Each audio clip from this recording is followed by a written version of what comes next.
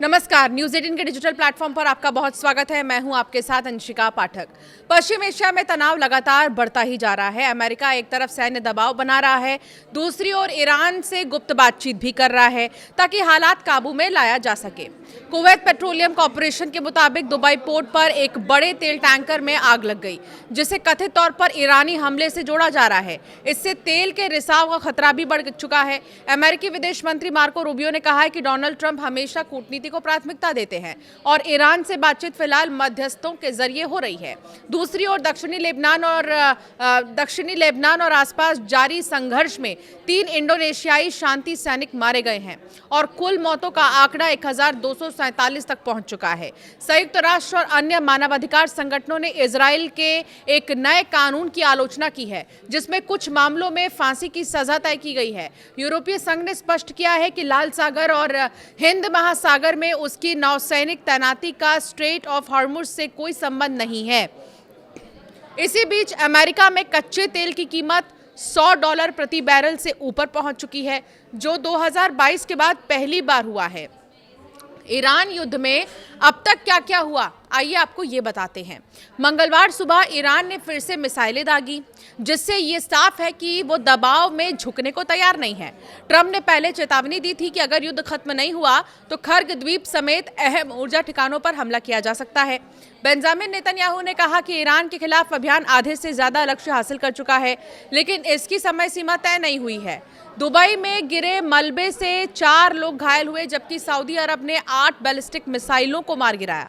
Iran के विदेश मंत्री अब्बास अराक्ची ने सऊदी से अमेरिकी सेना हटाने की मांग की, लेकिन उसे भाईचारा वाला देश भी बताया है। लेबनान में एक समूह ने ड्रोन और मिसाइल हमले कर इजराइल के टैंक को निशाना बनाने का दावा किया, जिससे क्षेत्र में तनाव और भी ज्यादा बढ़ चुका है।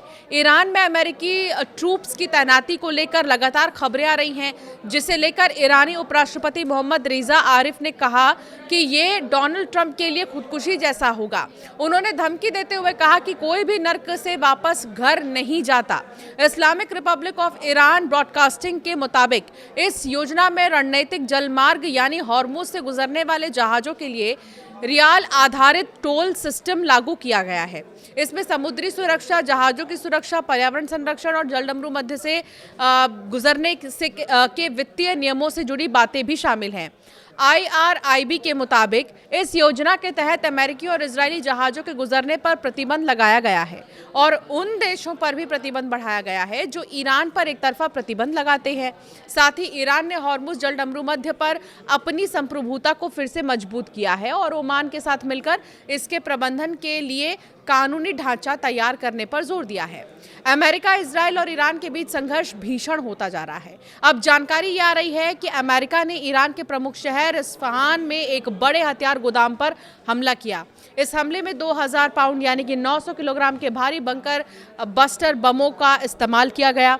मंगलवार को ईरान ने एक बार फिर से मिसाइल हमले शुरू किए, जिससे ये साफ संकेत मिला है कि वो दबाव में झुकने को तैयार ही नहीं है।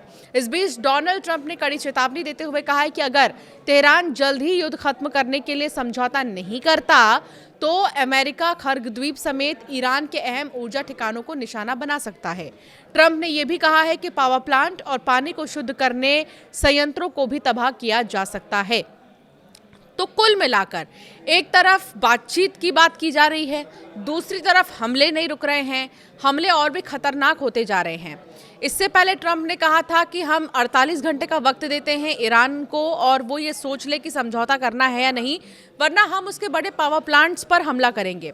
उसके बाद यही 48 घंटा 10 दिन में बदला, यही 10 दिन जो है 15 दिन में बदला और उसके बाद ये हुआ कि हम समझौते पर बात बना लेते हैं, कहीं कोई हमला नहीं करेगा। लेकिन डोनाल्ड ट्रंप बेशक ये कहने के लिए सामने आ रहे हैं कि हम समझौता कर लेते हैं, हम बातचीत कर लेते हैं, वरना इसका अंजाम बहुत बुरा होगा। लेकिन ईरान भी छाती चौड़ी किए खड़ा है और ये कह रहा है कि हाँ, सीधे मारो गोली, हमें कोई फर्क नहीं पड़ता है। ईरान की तरफ से जिस तरह के रिएक्शन सामने आ रहे हैं, उससे ये तो साफ हो गया कि वो झुकने को तैयार नहीं है, ना ही वो दबने को तैयार है।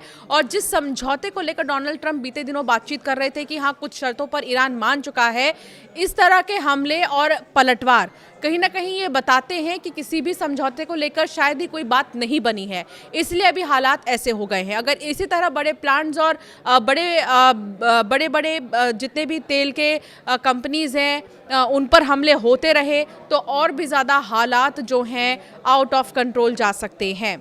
आपकी राय क्या है इस पर, हमें ज़रूर कमेंट कर बताएं।